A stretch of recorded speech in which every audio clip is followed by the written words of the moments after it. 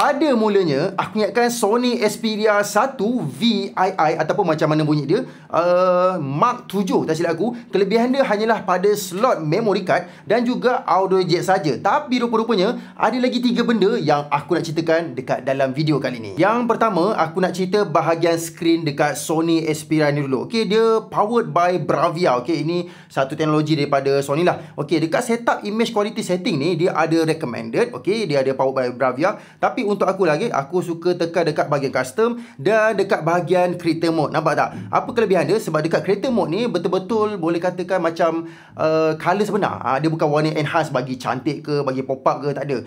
Ini warna yang sebenar. Jadi untuk orang yang editing ataupun ambil gambar, taklah rasa tertipu kat sini, betul tak? Katakanlah engkau snap macam ni, macam itulah hasil dekat dalam phone ni. Dan untuk bahagian audio, dia ada di SEE Ultimate dan juga Dolby Sound. Okey, korang boleh enhance audio quality korang. Katakanlah pakai headphone, pakai headphone lagi best lah. Korang akan dapat 360 up mix. Yang terakhir, ini yang paling penting sekali, iaitu setup bahagian kamera dia. Okey, untuk bahagian Pro Video, ini bukan setakat manual setup macam phone Android biasa. Okey, sebab apa? Dekat bahagian atas ni korang nampak ada shooting mode, ada P, ada S, ada M. Okey, jadi fungsi dia adalah berbeza-beza. Lepas tu pula, katakan kau pergi dekat bahagian menu resolution, okey, boleh adjust sampai 4K paling tinggi. Okey, frame rate pun sampai 120 fps. Mungkin itu biasa lagi. Tapi dekat bahagian bawah ni, okey, kau nampak tak? Ada HDR, SDR format. Okey, dekat bahagian look, okey, ini hampir sama ataupun sebiji lah. Macam kalau katakan kau pakai kamera mirrorless Sony, kau akan nampak lah. Okey, ada standard mode, ada natural, vivid, okey, ada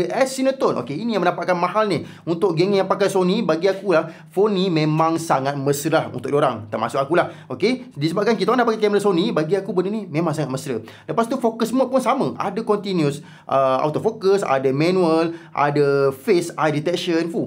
Aku boleh katakan macam one to one lah. Kalau katakan kau letak kamera mirrorless sebelah, letakkan phone Sony ni kat sebelah, memang hampir sebiji. Sama je. Bahagian gambar pun sama. Lepas tu dia tak ada portrait. Okey, kena faham dia pakai perkataan bokeh, tapi fungsi dia sama je lah. Okey, untuk foto biasa, ya mungkin dia punya zoom kurang memberangsangkan lah. Sebab apa? Ultrawide ada maksimum sampai 21.3 kali. Dan aku nampak tak ada bantuan AI. Tapi tak apalah, mungkin Sony dia nak kekalkan dia punya natural ataupun original kamera dia tu. So dia tak ada bantuan AI lah. Okey, lepas tu ini bahagian video biasa. Ini sama je macam bahagian Pro Video. Ada sedikit setup-setup lah. Okey, ada color-color kau boleh letak dekat sini kan. Okey, ada AI camera work. Okey, ini aku belum cuba lagi. Dan bahagian more, okey, sini ada telefoto makro untuk kau ambil gambar subjek agak dekat lah. Pun sama macam kamera punya setup. Okey, lepas tu ada auto framing bagi yang buat konten sorang-sorang. Ini sangat berguna lah. Namun, apa pendapat korang? Baik beli tak Sony Xperia 1 VII ni?